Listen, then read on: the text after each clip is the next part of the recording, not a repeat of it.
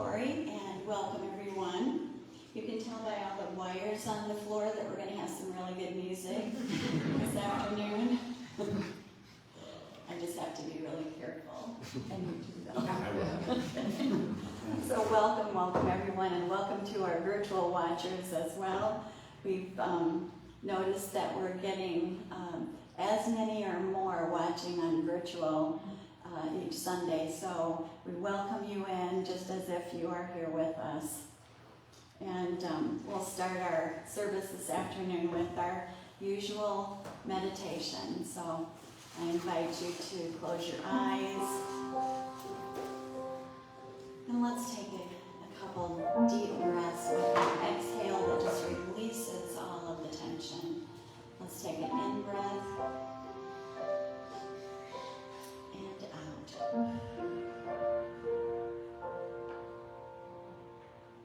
And in.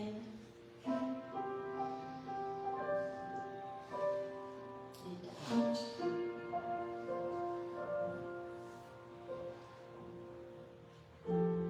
And I invite you to lay down any heavy weight that you might be carrying, that your human ego has created.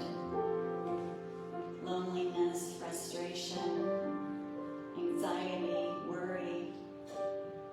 And as you lay it down, just lay it right down, feel the energy shift. Feel how much lighter and freer you feel.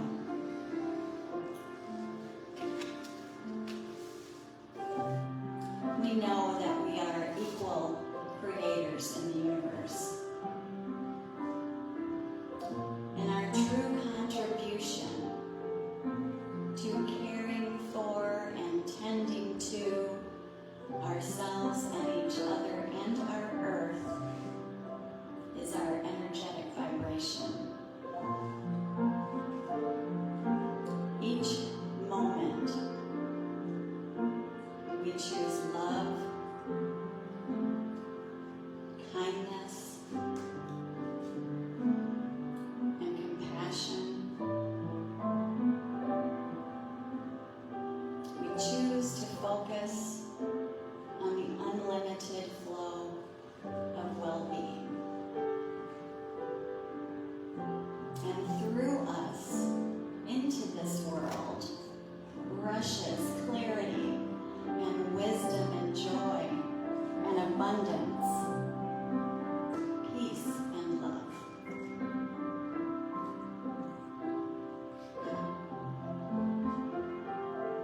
We want to recognize our deep gratitude for all of the experiences we create during our lives on this planet, however we might label them. They are good and all is well. And together we say, and so it is. Thank you so much. We're going to keep the peace and relaxation going with a fellowship song on page 24. I relax and I release. I'd love for you all to stand if you're able and join us in this fellowship song. And then remain standing so that we can recognize each other with a namaste.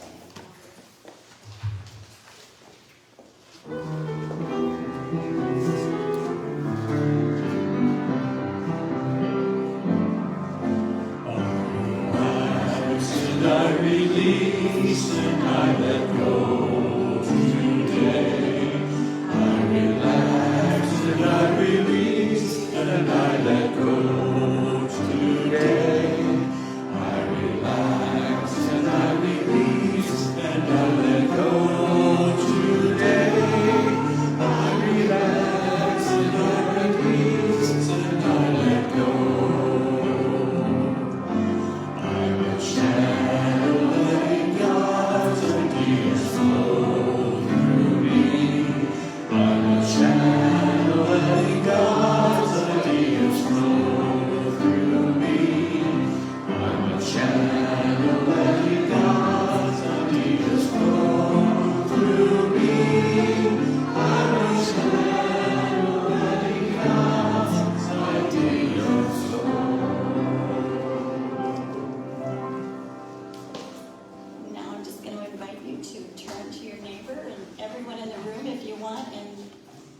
greet with a namaste.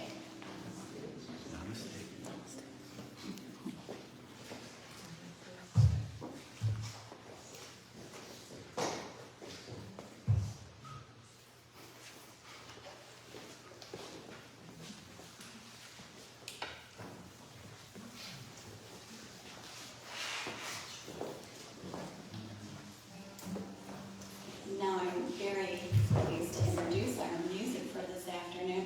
Two of the dangling participles. And I know it's going to be wonderful. So let's give them a warm, warm welcome. We're going to do a cover by Adele, Easy on Me. We'll tie it in later, hopefully, to our message today about being easy on yourself, but also asking others sometimes for that forgiveness. There ain't no gold in this river that I've been washing my hands in forever.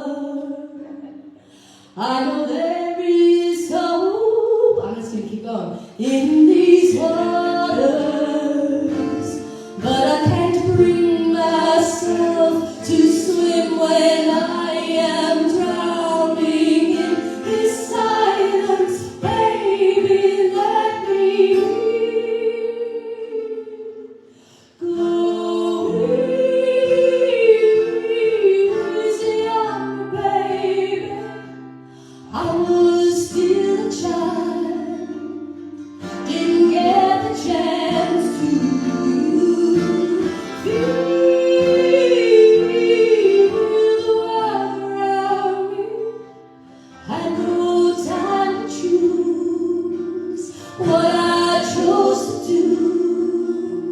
So go easy on me.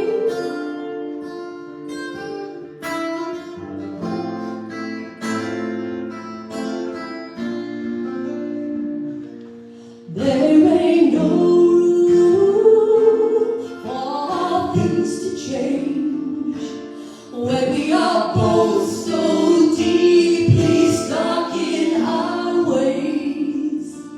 You can't deny how hard I tried. I changed who I was to put you both first, but now I give up. Go easy on me, baby. I was still a child, didn't get the chance to feel the world around me. Had no time to choose what I chose to do. So go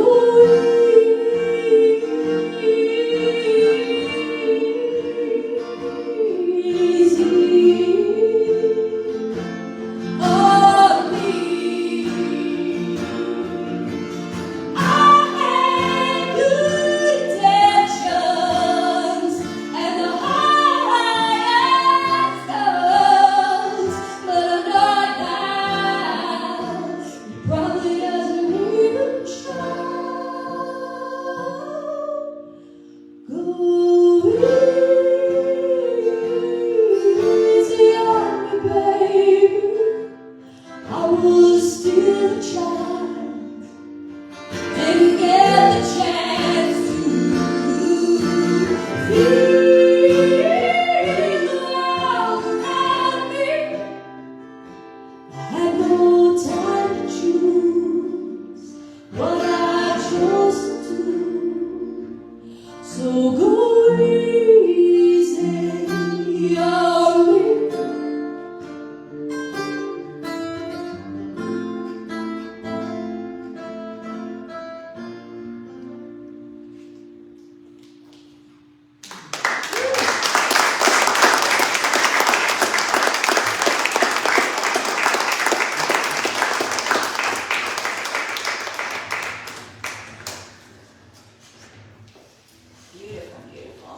One more.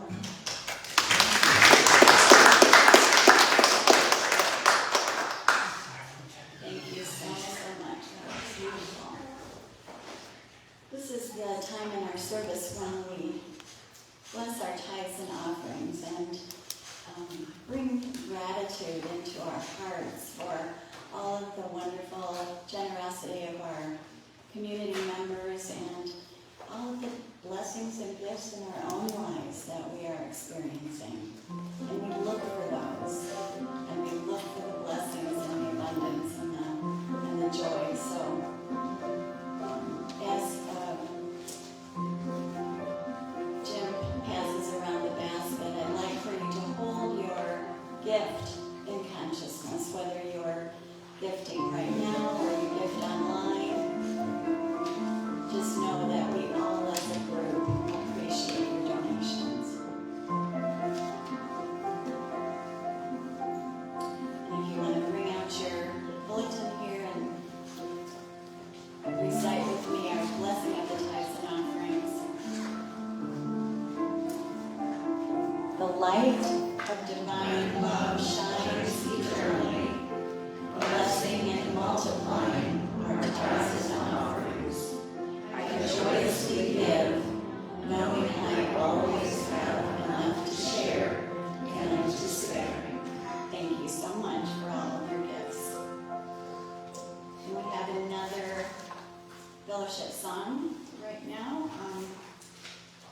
One of my personal favorites, Love is the Answer, on page 30. So if you'd like to please stand.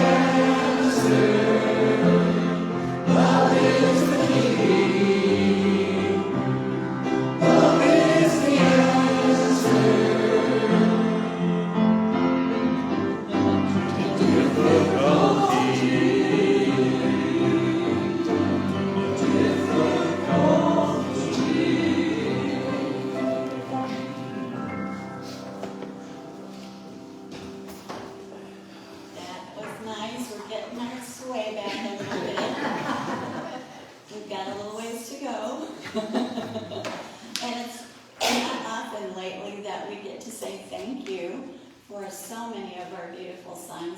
Lucille Olson is here with us today.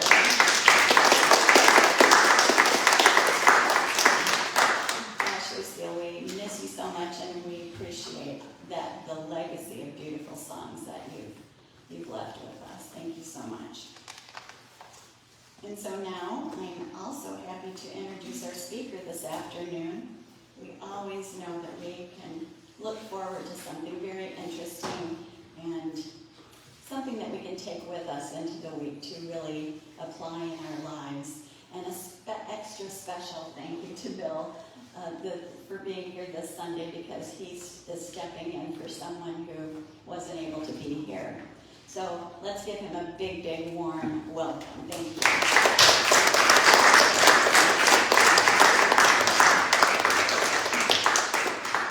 Hi. I'll do the talk first. A couple things before I start. First, probably most of you know Rob Kirtner, right? He's in the hospital this weekend in Grand Rapids. Who? Rob Kirtner. Oh, okay. Yeah. He, over the last year, he's been dealing with esophageal cancer and was really doing well, doing a combination of medical treatments and naturopathic. But this weekend he's in the hospital because he was having trouble breathing and possibly a side effect of immunotherapy drugs. So Karen says he'll probably be there till Monday. But for the last month he's been kind of struggling. So if you can remember him in your prayers. I talk to him fairly often, and other than the immense physical challenges he's had over the last year, he does pretty well. And Karen too, because she's like right there with him every trip to a hospital or a doctor or whatever. So, and oh yeah, I have some books here today. I just want you to know that when I sell books here, 40% of the money goes to the fellowship. So anyway, all right. So I want to thank you all for being here. I'm grateful for your courage. I mean, who wants to talk about shame? You know? I mean, almost nobody. And that's what shame is about, right? Don't talk about it. Don't say anything. Keep it inside. So if you have had shame, or you have shame, and just about all of us do, or we've had it, or we're dealing with it, it's still there. You have to keep it a secret, of course.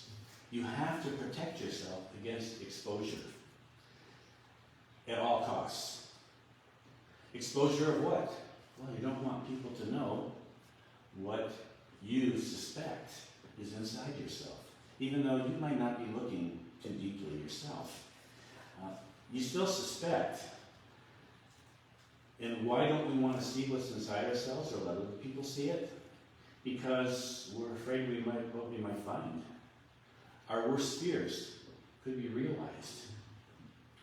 You don't want others to see that you might be unworthy or defective or broken or bad or even evil. And you don't want people to know there's something wrong with you.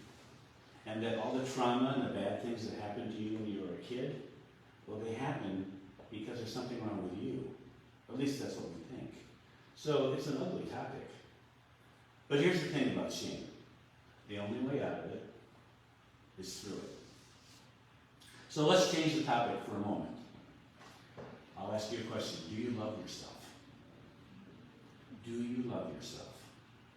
By love, I mean that you accept all parts of yourself. The good, the bad, the ugly, the beautiful. All of it. That you accept the emotions that you have. You accept who you are at any given moment. Do you love yourself? Can you look at your face in the mirror and say to your reflection, I love you. You are incredibly beautiful. You are absolutely beautiful. Can you do that? Have you done that? Well, let me be your mirror for a moment. I love you. You are absolutely beautiful. Did you get that? I love you. You are absolutely beautiful. You are. You should see you from up here. So I just wanted to remind you of that. I can say that. I can say that I love you and that you're beautiful because I know the other secret. And what is the other secret? Shame is an illusion. It was passed on to you, probably in childhood, and it could be karmic also, but it was passed on in childhood, and it was the gift you never wanted to receive. But you didn't have much of a choice, because when we're little kids, we have no ego defenses. So when you're 1, 2, 3, 4, 5, 6 years old, there's no defenses. So whatever comes at you, it's so real, it's the truth. And our minds internalize that in our bodies. So who gave it to you? Well, parents, of course. Unless parents are shame-free, and that's pretty rare, and not shame-based at all, they pass it on to their children. Either overtly, through abuse, neglect, yelling, those kinds of things, or not so overtly, more just through subtle means like modeling their own shame, through self-deprecation and that sort of thing. So, you can get shame from your parents, of course, but there's a whole lot of other places you might get it too. Aunts and uncles, cousins, siblings. I've certainly seen lots of cases of siblings shaming each other. You also can get it from teachers at school and other people that work at school, neighbors. There's so many opportunities to be shamed when you're a child. And you get it from bullies too. And to me, from what I can see, bullying is worse than ever now because we have the internet. It makes it so easy to bully someone, right? Now, where in the past, when I went to school, if you were bullied, it happened when you were at school, and when you got home, you were safe. But in today's world, you're not safe because there's the internet. Somebody takes a picture of you on the phone and posts it, and there you go. Anyway, that's where we get a lot of shame, but we also get it from religion. Right now, maybe not right now, yeah, right now, and earlier today, thousands of people in thousands of Catholic churches are repeating the words over and over again, I am unworthy. If you don't believe me, go to a Catholic Mass. They say it every time, even at Catholic funerals. And in Protestant churches, there are a whole lot of ministers right now telling people that their nature is sin, that they have a sinful nature, and that they'll be okay though, because Jesus died for their sins. You still have a sinful nature, but Jesus died for your sins, so you will be saved. So in other words, it's saying, you suck, but Jesus will save you, but you still suck. That's the message, isn't it? Yeah. Not the message that we teach, and not the message we think Jesus offered. And of course, that message ignores the first chapter in the Bible, Genesis, the first book and chapter, where it says very clearly, you are made in the image and likeness of God. You are. So how can you be both? Shame is based on the belief that who I am is wrong. That distinguishes it from guilt, where guilt is what I did or what I didn't do was wrong. Shame is I am wrong. Shame is the belief and the feeling that you're dirty, you're despicable, you're broken, you're unworthy, you're less than. Shame is the swampland of the soul, wrote Carl Jung. And shame, toxic shame, is the root of all addictions, said John Bradshaw in his landmark book, Healing the Shame That Binds You. 1980s, I think that came out. Yeah, I was reading it recently. It's an incredible book. Check it out if you haven't already. It should be still easy to get. Shame is more than one emotion. Shame is, you could define it as an emotion, but it's a vast array of emotions. It can be expressed as depression, anxiety, as bitterness, rage, self-doubt, humiliation, embarrassment, perfectionism, resentment, loneliness, alienation, inferiority, superiority, narcissism, contempt, and many other emotional states. It shows up as, I'm not good enough. I'm unlovable. I'm a bad person. I'm worthless. I'm better than, or I'm less than. I know it sounds kind of weird that the I'm better than comes from shame, but it does. In Brene Brown's work, she says that narcissism comes directly from shame. Because the shame comes from knowing that, that you can never be as good as you think you are. That you'll never be perfect. Shame in children means you're never good enough to be counted as important, valuable, or loved. That you're not a real person. In women, shame is often about the inability to do it all, look good doing it, and to be chaste, except with your partner or your husband, right? And if you can't do all that stuff, then you're not a decent or a good woman. For men, shame is about being strong, unemotional, a good provider, successful. And if you show any signs of weakness, such as being emotionally vulnerable or not having power and money, then you are not a real man. And you may think we're past all that, but we are not. Sexual shame is also common. As much as ever, but just in different ways. Especially for women again. In 1947, before my time, not much so, in 1947, a 16-year-old girl became pregnant. It was 6 months before she could tell her parents.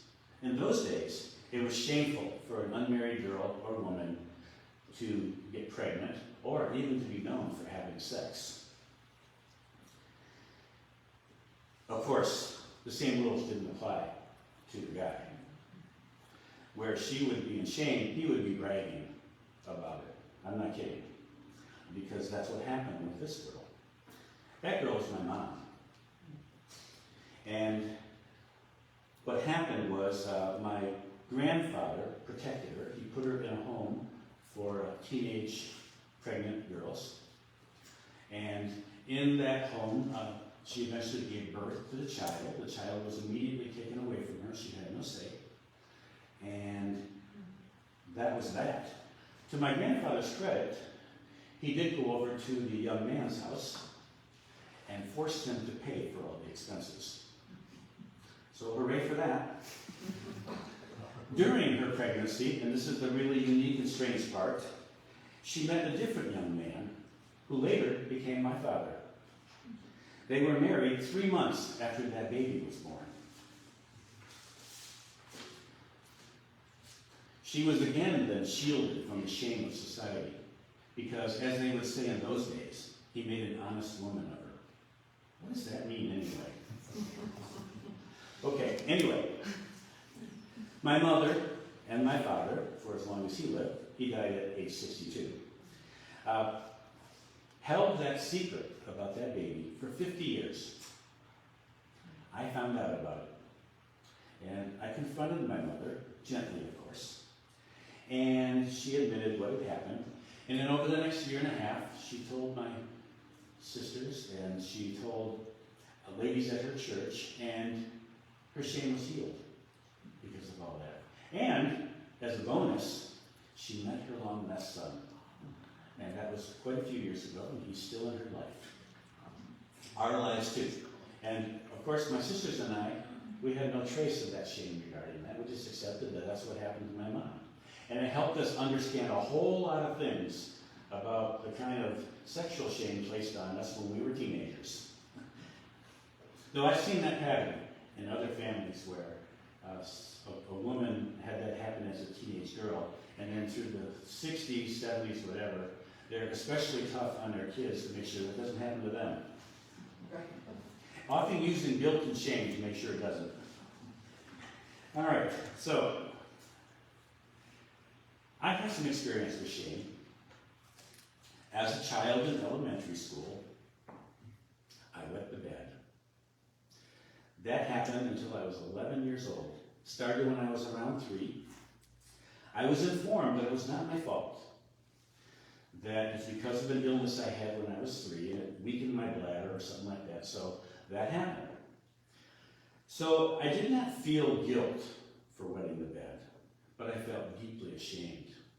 Each morning when I woke up, instead of being greeted with, "Good morning," I was greeted with, "Are you dry?" And if I answered no, then I heard about how much extra work I had caused. And if it was yes, well, I felt relieved. So what did I do? Quite often during the middle of the night, this is the elementary kid, consider that.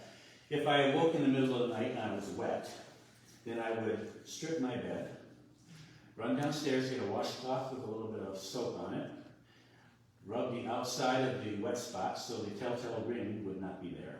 And I would put my bedding and my pajamas on the heating vent. And then I would sleep on the bare mattress for the rest of the night. And when I woke up in the morning, I would remake the bed. It would all be perfect.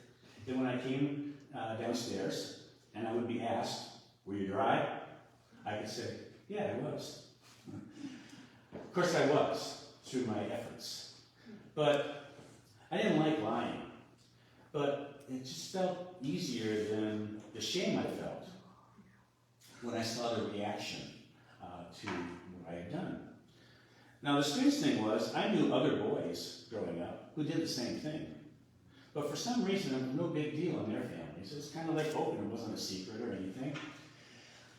And I just thought that the reason it was a big deal in my family, because it was me. Because there was something wrong with me. So that's what I believed. Of course, I couldn't parse this all out back then, you know. I was in elementary school. So, at 11 years old, when I was in 6th grade, my nightly problem ended. I guess I outgrew it. Ah, what a relief. Didn't have to deal with that anymore. Well, not true. The shame stuck with me. The symptom ended, but the shame was still there. Took it into my teen years, took it into my adult years. And in 6th grade, near the end of my bedwetting stage, something happened at school. We were playing that game we played back then, telephone, remember that?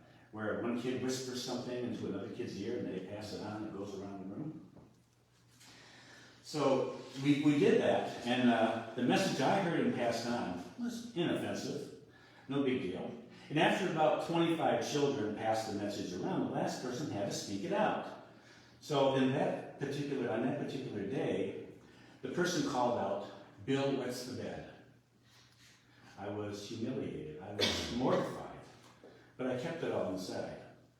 And for a very long minute, I just sat there. And finally, the original communicator said, "That's not what I said. I said," of course, I had no idea what he said originally, because that's not what stuck in my mind. I learned in that moment that I could cover up any negative feeling and pretend I felt fine. That's what shame does, right?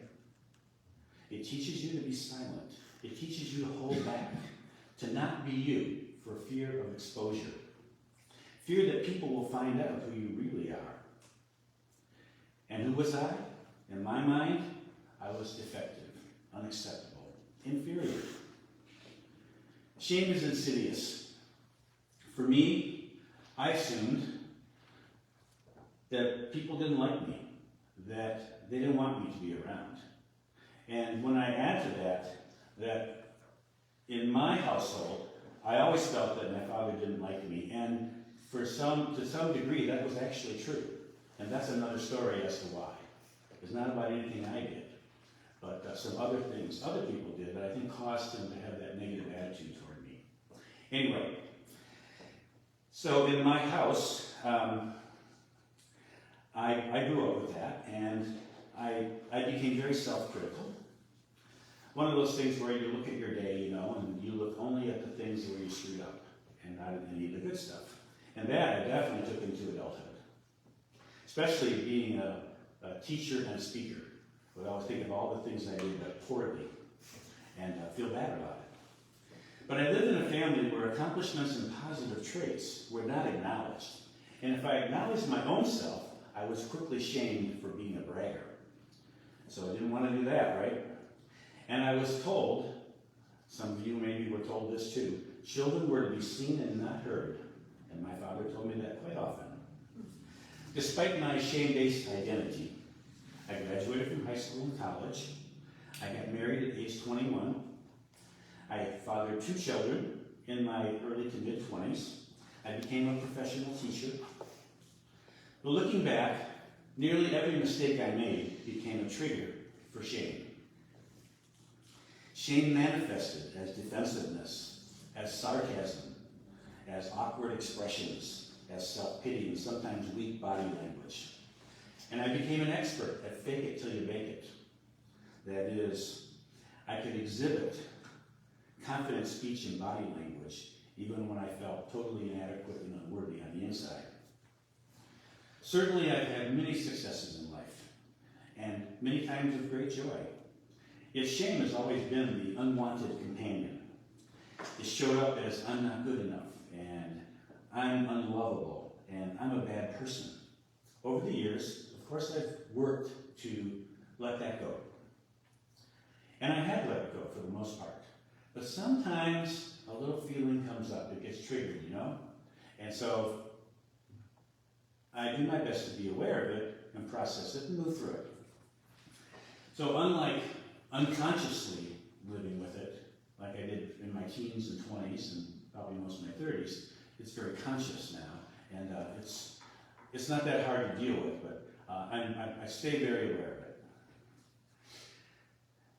So the old feeling arises occasionally. I let myself feel it, I accept it, I embrace it. The world always reminds me, though, of what I feel and believe about myself. When I project shame, feelings of not good enough or unworthiness, it shows up in my work, my relationships, my financial affairs. It shows up somewhere. Because we draw to us that which is like how we feel and believe about ourselves. The world confirms what our deepest beliefs about ourselves are. So if we're in shame, then the world confirms it for us. If you think you're unworthy or incompetent, the world will show that to you. Because that's how it works. So this doesn't mean that a wealthy person doesn't have shame. Plenty of wealthy people have lots of shame. And it shows up in their relationships, or in their public life, or their private life, or even in their finances, because no matter how much money they make, it's never enough. They're always afraid they're going to lose it. When I worked as a therapist with families of incest, I learned a whole new dimension of shame. I did not grow up with that, as far as I knew, in my family. Children were sexually abused by parents, usually the father, but not always. They were forced or emotionally blackmailed into keeping it a secret. They felt inside that it was wrong, it didn't feel right. But maybe dad gave them gifts or lots of love and affection. And so they became very confused about what love means because they got these mixed messages. Lots of confusion there. So many of these children grow up then, and I had a group of 21 women in my group, and every single woman in that group was sexually abused as a child, and every one married a man who did the same thing to their kids. It's generational. Shame is generational. I hate to say this, but sexual abuse is normal in many families. The statistics that I heard back then, and I think it's probably underestimated, is that 1 out of every 4 women and girls are sexually abused at some time when they're growing up. I think it's probably more than that. And unfortunately, we talk more about it now. But it's still there. It still happens. And for some kids, they become sexualized and grow up and become sex addicts. Some kids grow up and become adults and they don't want anything to do with sex anymore because of the trauma that goes with it. Some end up in abusive relationships. So the important thing to remember is this. If you were the victim of any kind of sexual abuse, it was not your fault. It was not your fault. How were you supposed to know? It was not about who you are. Whoever abused you was projecting their own shame on you.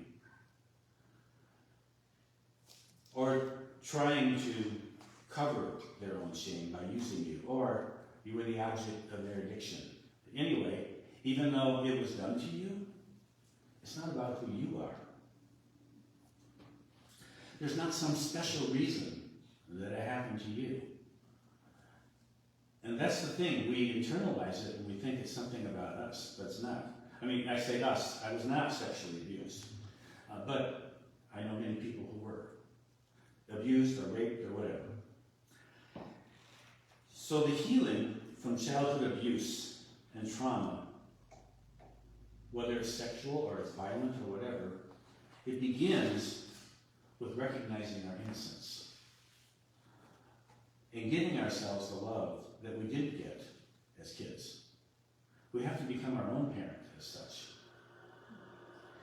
So, I don't know if saying this makes any difference for anybody, but I can only think it and say it over and over again, that you were innocent. You were innocent. And if it happened when you were grown up, against your will, you were also innocent. There is no guilt there. There is no shame for you. It's an illusion. Healing from addictions is very similar. Remembering John Bradshaw's quote, "Shame is the source of all addictions." You have to deal with how you feel. Yeah, I know we can say about it like drug and alcohol addictions. It's physiological. That's true. Certain bodies easily are affected by substances. And then other bodies, just over time, so much of something, they become alcoholic or drug addict or whatever. But even with all that, you still have to deal with how you feel. There is an emotional reason also. It's not just physiological. We have to deal with that. Fortunately, we have things like AA and other support groups. I mean, before we had AA, what did we have? Nothing. There was no help for people who had addictions. Nothing at all. And so, was it Bill W.? What was the other guy's name? I don't remember his name. But anyway, those two guys changed the world with what they started. Helping people to heal not only from addictions, but also from shame. All right. So what do we do? Well, we have to become aware of how we feel. That's how we deal with it. And we have to accept how we feel. You don't necessarily have to go diving in and looking for everything that you might feel ashamed about. But when it comes up, what I'm saying is don't run away from it. You can't drink it away or eat it away or watch TV it away. You have to deal with it if you want to heal. So you catch a feeling, whatever it is, depression, anger, rage, some form of shame, and you say, oh, there it is. Sit with it. Let yourself feel it. Although your body may be overwhelmed with hurt or shame or whatever, you are okay. It's like you step outside of yourself and you're feeling it, but you're also observing yourself. What you're feeling is just what you feel right now. It's not who you are. You don't have to act on it. You don't have to fix it. You don't have to do anything. Just feel it. Accept it that's there without judging it. Embrace it. Love what you feel. If you saw a young child who was hurting, wouldn't you want to comfort that child? Comfort the young child in you. Because he or she is still there. Still there. Comfort that child. Simply by embracing the feeling and yourself. As you embrace all parts of yourself, know that God embraces you. You live, move, and have your being within the unconditional love of God's embrace, or whatever you call God. Allow yourself to feel that love, this embrace. Surrender whatever need you might have to demean yourself, and surrender into the embrace of unconditional love. Know that shame is more complicated than feeling bad about yourself. Shame is a multi-tentacled monster. It reaches into all parts of your life, often turning what hurts you into negative emotions that endanger you and others. Shame becomes depression, apathy, self-loathing, hatred, and resentment. Shame becomes suicide. It can become rage and rejected. Shame slings. Shame turns on you destroying you from the inside out. Projected, shame slings contempt and sarcasm at the world, and often violence. So moving forward, let's do 5 steps. I know that's a lot to remember, but 5 steps. Number 1, feel what you feel without judgment. You don't have to act on it. You can talk about it if you have someone you trust. Don't fling it at them. Just saying, this is what I'm feeling. I just need you to hear me.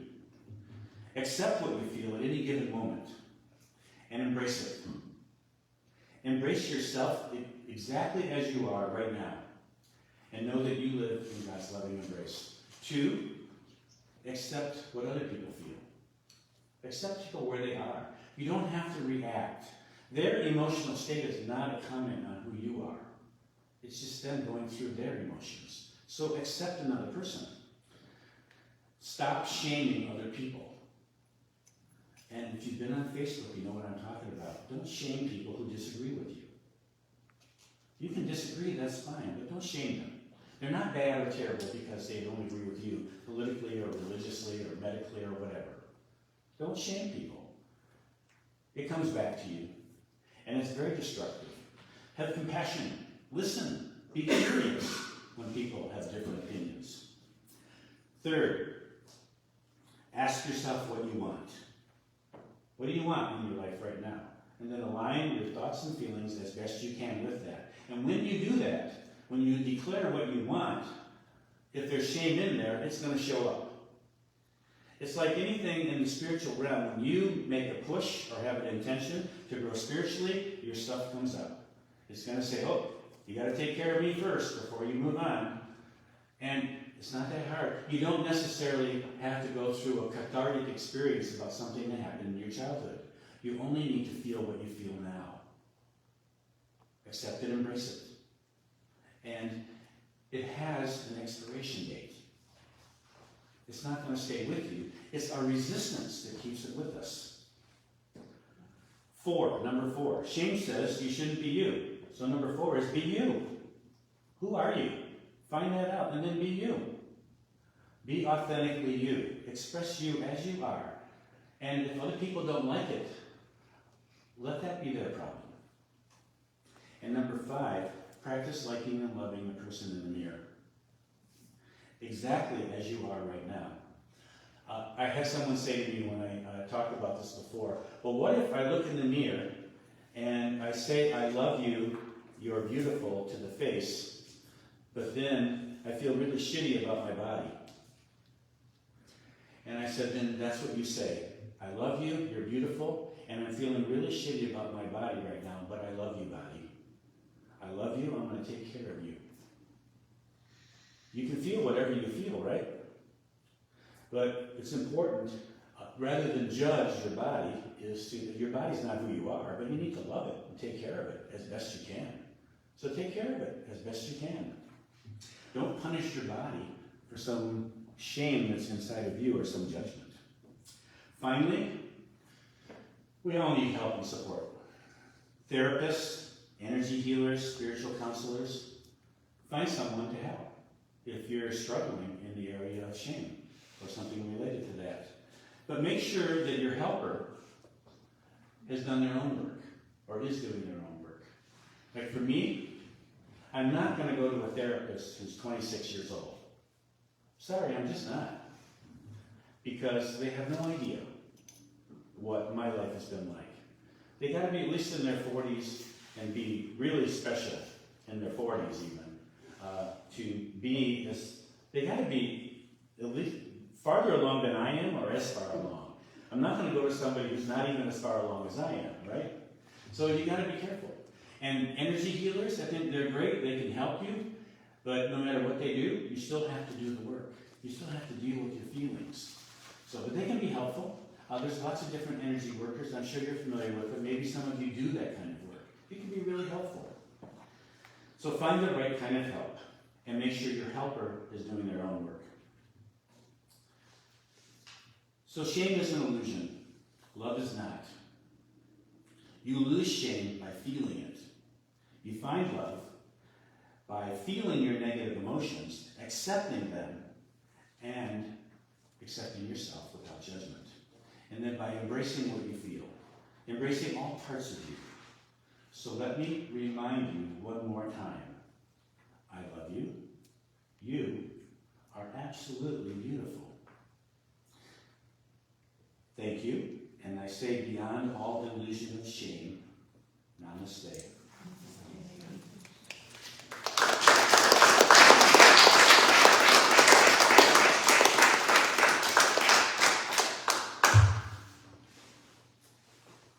We're going to do a meditation. Should we start with our thoughts of prayer and move into the meditation? Can we do that? As you wish, yeah.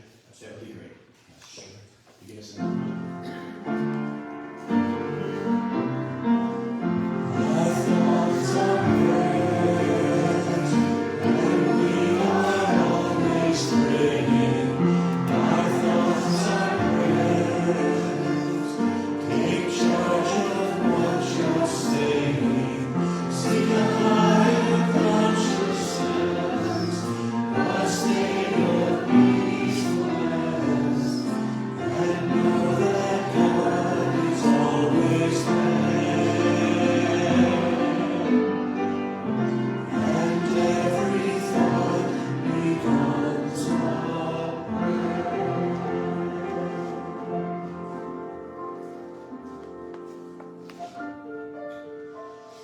Find yourself in a comfortable position. I do believe it's best with both feet flat on the floor. Your spine as straight as possible. If you choose, your eyes closed. That works best for me. I'm going to ask you to breathe deeply with me. Breathing in through nostrils if possible. And drawing the air down to your solar plexus and below. Drawing it all the way down. Holding for a second or two. Letting loose, letting it go. Feel and hear that breath flowing out of you. Again, breathing in, drawing the air down deeply, holding for a second or two, then releasing, letting go. Keep breathing the air in. Breathing deeply, holding, letting go. As I continue to speak these words, in the book of Genesis, it says that Elohim, also known as God, breathed life into the first soul. With each in-breath, God, the creator, the creative intelligence, the universe, is breathing life into you. Receive the breath.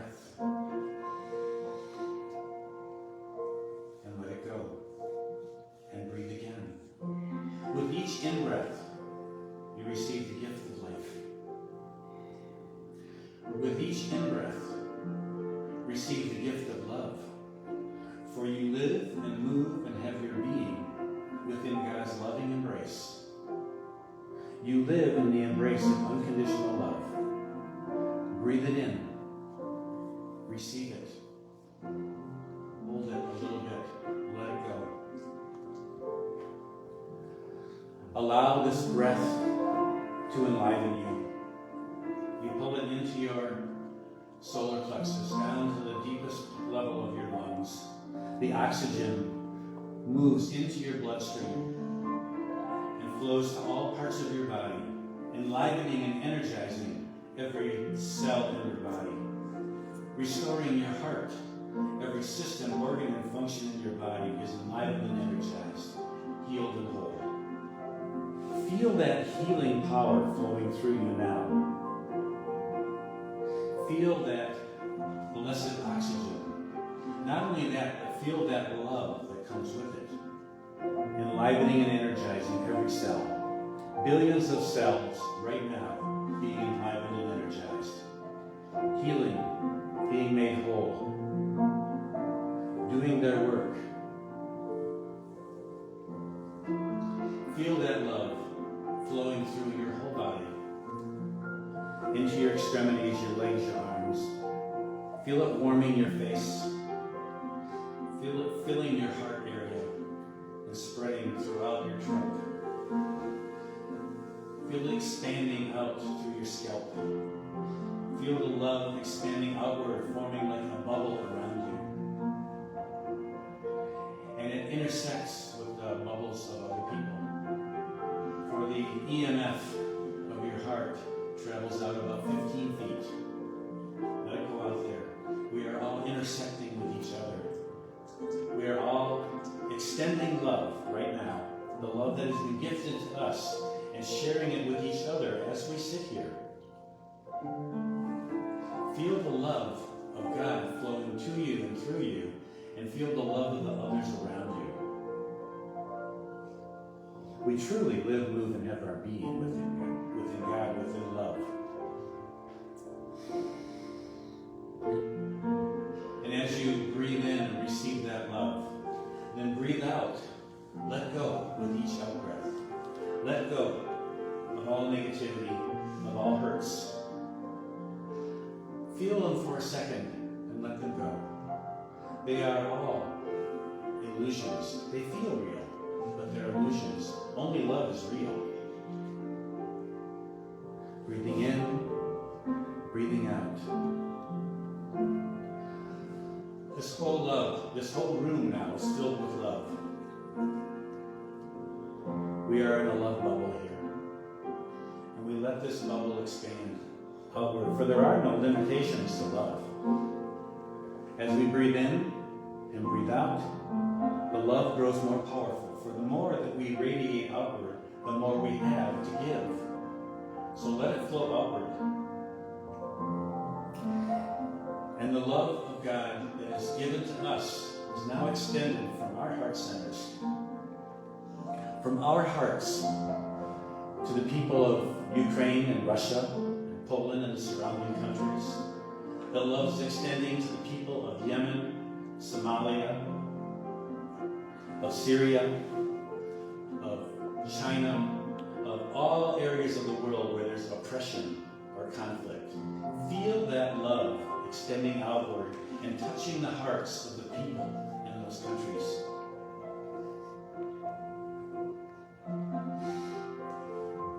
And so, we say to ourselves and to the people in those countries, rise up in clarity and confidence, and embrace the love that embraces you.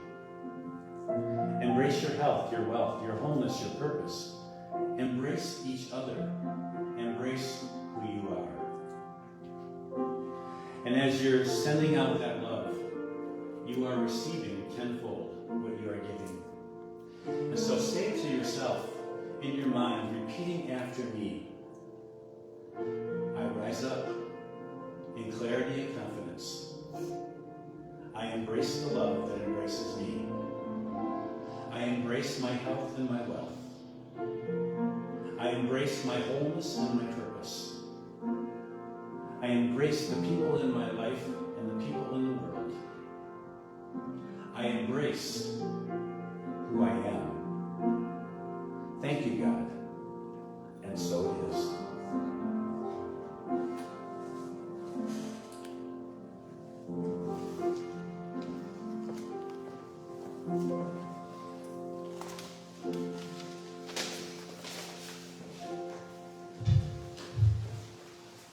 While our musicians are getting ready, I just want to acknowledge Bill for sharing his personal story. Because for me, sometimes I learn best through other people's stories. So thank you, Bill, for the courage that you found to do that. Thank you, Barb.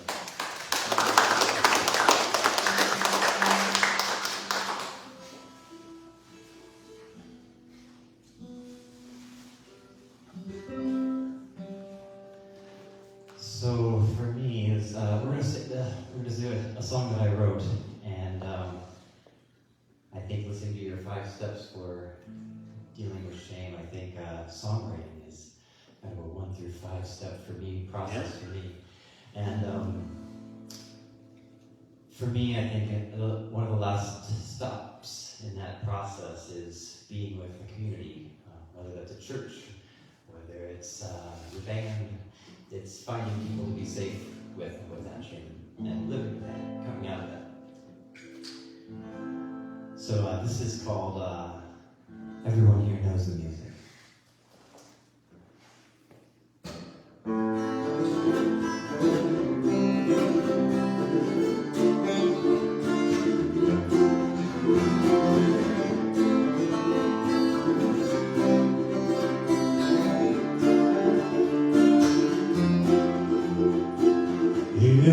Everybody's got their vices. Lord only knows I got mine.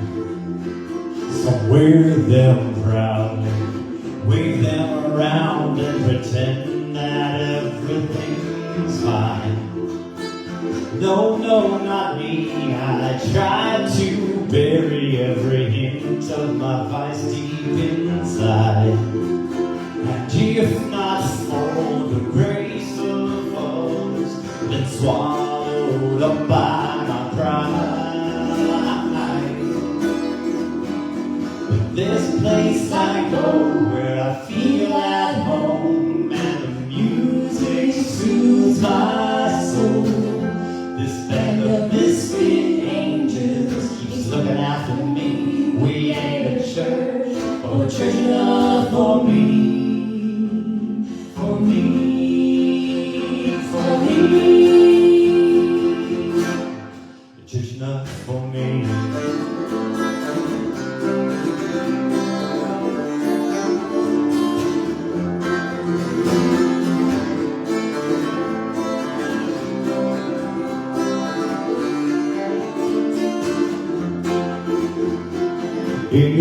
Everybody's got their vices. Lord only knows I got mine. When work weighs heavy, deadlines loom, I hold up, become paralyzed. Yes, yes, it's true. No, it's never been about you. I withdraw from the world, I just hide. And if not for the grace of others, one by one, my friendships would have died. But there's folks I know with whom I feel at home, and their music soothes my soul. This band of misfit angels keeps looking after me. We ain't a church, but a church enough for me. For me, for me. Church enough for me. 'Cause everyone here knows the music. Everyone here has paid their dues. Everyone wants us to harmony, and everyone here has done the blues. Everyone's composing, no one needs transposing, no one needs reminding of their cues. Everyone wants to sing harmony, and no one lets you get stuck in the blues. No one lets you get stuck in the blues.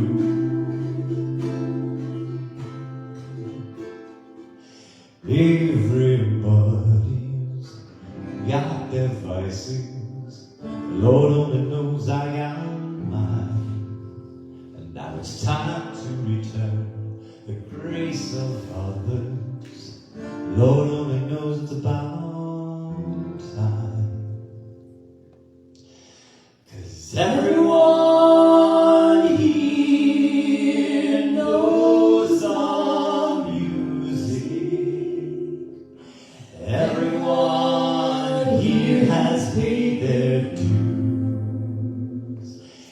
Everyone understands harmony, and everyone here has known the blues.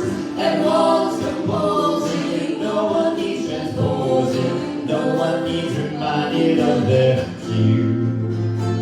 Everyone wants to sing harmony, and no one lets you get stuck in the blues. No one lets you get stuck in the blues.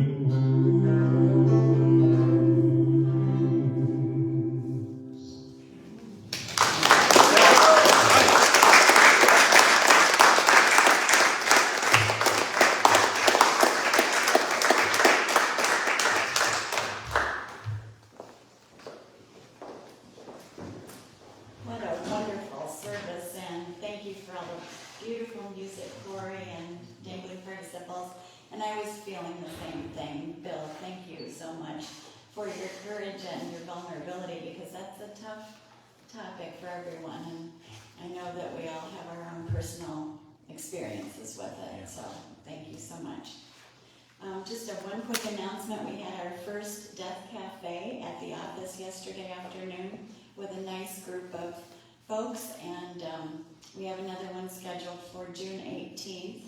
That's a Saturday at 2 p.m. at the office as well, and it's just really about having a healthy conversation about what happens when we take off these human suits. So it was a good group and a good conversation. So let us all join hands now, and or not, if you'd rather not. And we'll do our peace circle and we'll do our closing blessing.